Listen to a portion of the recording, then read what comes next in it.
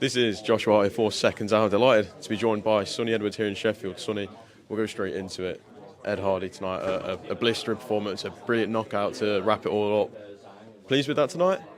Yeah, over the moon, ecstatic, all the hyperboles. He's a very young fighter. He's a very good lad. He trains very hard, and I've known him and I've been sparring with Ed for probably the last 4 or 5 years, obviously when I was active, and yeah, buzzing for him today. I've been on the road today and I've still got a lot of miles to do, but he made that, all the journeys way more than worth it. That was an excellent performance. I think very mature.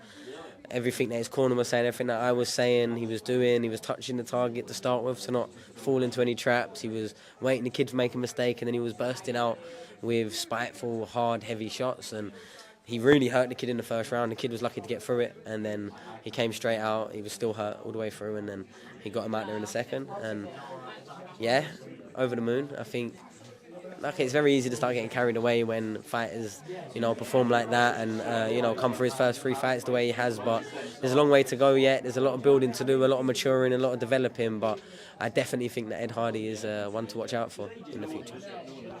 Just on Ed, obviously, with the ability that he's got, but not as well, he's got that uniqueness in the way they can sell him as the farm boy. It's a very different background to what you see with the average fighter. Do you feel there is real superstar potential in Ed Hardy, especially with performances like that? Yeah, I mean, if we're being realistic, superstars in boxing, there's probably only about 3, 4, or 5 of them at the time. Will Ed capture the imagination at his weight like that? Maybe, maybe not. But yeah, he's definitely got a more unique background of what people usually do in and around their boxing career. Like, he'll be up, working the farm tomorrow morning. That's the plan anyway. Especially when he keeps fighting like that, he can go back to work the next day. He's working.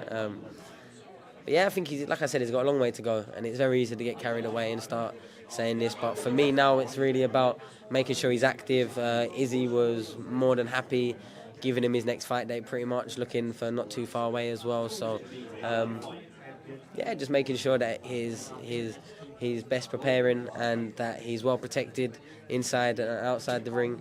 But yeah, very happy with what Piers Goodger and the work he's doing with him. There's been so much improvement over the last couple of years, and Ed had to sit out for a year whilst he was medicals or going through getting his license, and then he had to go and when you get referred to have to do something else, and it took a while without there really anything actually being physically wrong with him. It was just jumping through the hoops to get the license. But I genuinely think that year might have been an absolute blessing in disguise, because it really gave him the chance to live as a full-time professional boxer for a whole year, to be around the lads, to be around the shows, to get some experience. And I think there's no secret why he's sort of taken to the pro game like a duck to water, because he's been around now for a few years. Like I said, he's been sparring me for my world title fights and before I was a world champion. So yeah, really proud of Ed, buzzing for him, and yeah, looking forward to what's next.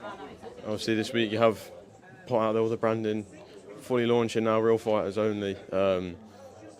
We know what your ethos is. We've seen it the whole way through not just your career, but with the fighters that you've already worked with. Just excited to fully have it fully launched up now, something to really put your energy into. Well, yeah, but before I started wanting really anyone to know that I was managing or really sort of put it out there, I wanted to make sure, 1, I could do it, and 2, just get the ball rolling. So it got to the stage where I think 7 fighters signed, I think maybe 8 now actually, a couple more that speaking to and looking. And I think when I, be accountable, and after my professional career, and I'm looking now to really double down in the other side of the sport, one of the first things I thought was getting up to an industry standard level of branding, and not only that, the social media sort of presence, and start pushing out the fighters, getting the posters done. And because I know it kind of is a bit, it might not be too much or make a massive difference, but over and over again, for a fighter's career, that stuff will hopefully add up to more opportunities and a better financial position for them. It's my job as a boxing manager to get the best out of boxing for the boxer, and that's really the ethos, by the boxers for the boxers, not pallying up to the promoters and selling the fighters short. That will be never ever anything I'm ever willing to do or be involved in.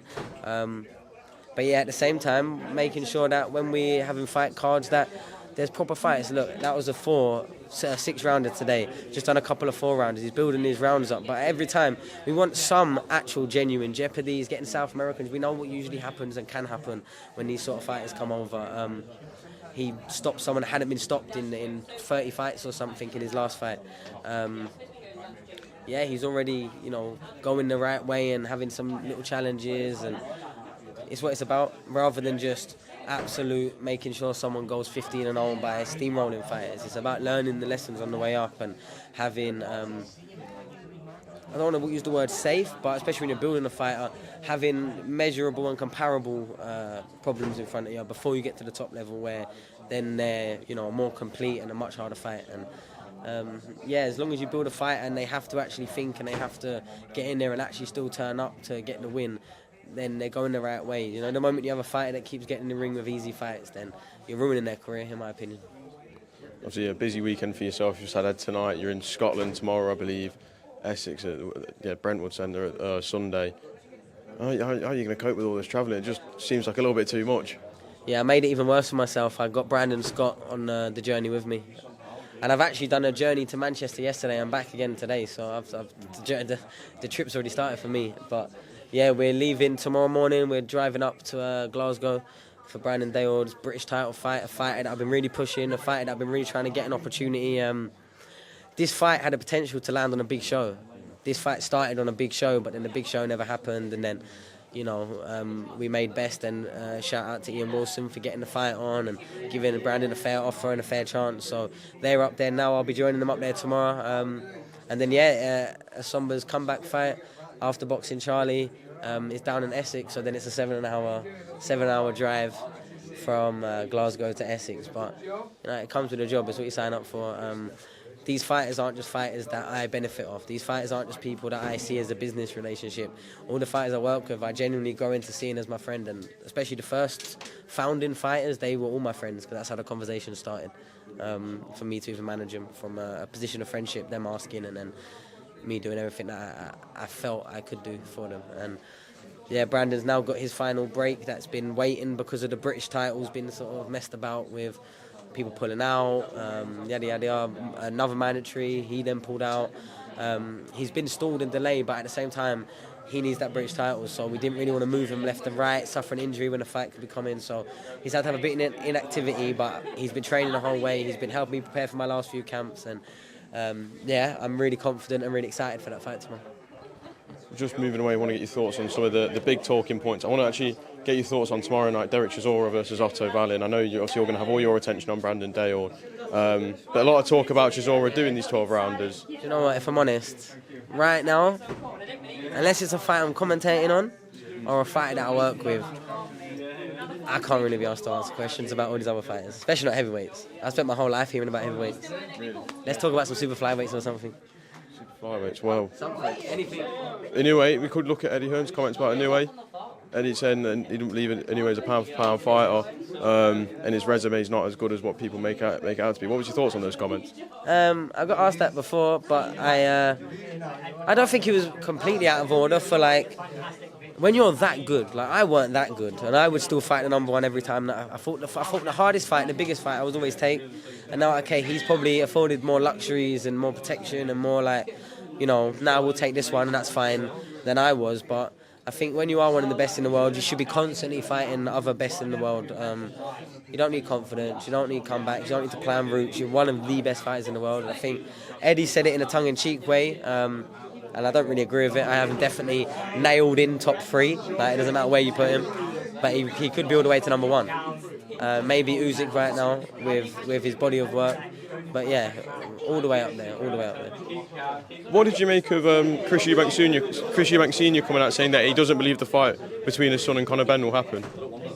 I hope it does, because the last time it didn't happen, I was working with Lyndon for that fight because he was supposed to be on the card, and now he's on it again. So, we don't want to book all tickets, and we don't want to book all hotels, and we don't want to start making travel plans down there and getting down there, and then the card not happening. So I hope, as much as I do really genuinely have a great deal of respect and love for Chris Eubank Sr, because I think he's a legend, an icon. I hope he's wrong on this one. Just on Lyndon Arthur, obviously a lot of talk about this trilogy and everything. Tunde Ajayi has come out and sent some shots at you. I think one of the things he was saying is he said you need to stop smoking. Apparently it's a bad influence on the young kids or something like that. Where's this all come from between Tunde and having this aggravation towards you? I think the first fight, it was behind closed doors, and Lyndon jabbed the life out of and beat Yarde easy. And throughout the whole fight, there was about 5 people in the room terrorising Tunde. So I think really, and Yarde a bit, and I was one of them. But all in the name of sport, and we won that one, and then they got their one the second time. But I've got no issue with Tunde. I've got no issue with Yarde, but Tunde is a 40-something year old man that's living vicariously for his fighters, and comes with all the talk. Like, he mentioned my manager for my whole career, someone who I work very closely with now, very loosely. I'm not going to say what he was saying on the phone at the end of the night, but the energy very U-turned and changed, you know what I mean? And he was ready to have a friend. And that was my aggression towards saying anything. And then my biggest question mark is, why do you take the percent that you do from Anthony Yarde? How do you justify that? Really, I think it's savage. And I think my point of saying, well, what about your, secret relationship we've all heard about? You know what I mean? So if we're mentioning names and you're dragging people that I care about and talking down on my friend, I'm better at that game than anyone. And I know more than people think I know. Because people tell me. All the time people tell me. I just don't always say everything that I know. I rarely say anything that I know, to be honest. But yeah, I've got no issue with Tunde. I think he needs to focus on the fight. When he was using Yarde to get all fighters signed to him and then putting them all on Frank Warren shows, they all got beaten, all got stopped, and then he stopped getting any more fighters on the card. So yeah, I think Tunde just needs to leave my name way out of his mouth, to be honest. But yeah, it's a good fight, man. And Yarde's a good fighter, of course he is. One of the most well-built-up fighters for his skill level, I think, from Britain in recent years. But physically a very impressive individual. And Lyndon must be switched on, and he must have that same anxiety and fear that he had the first fight, which he didn't have the second fight. And that was the difference. When Lyndon boxes and moves and keeps resetting, he'll cause Yarde nightmares. But obviously Yarde, like I said, physically very impressive, and if he gets you in his bursts, you can be in trouble. But if you're still there after his burst, he's fucked. If Lyndon had another round and the ref didn't wave it off when he was up on his feet, I think Lyndon would have won that second fight, because Yarde was spent.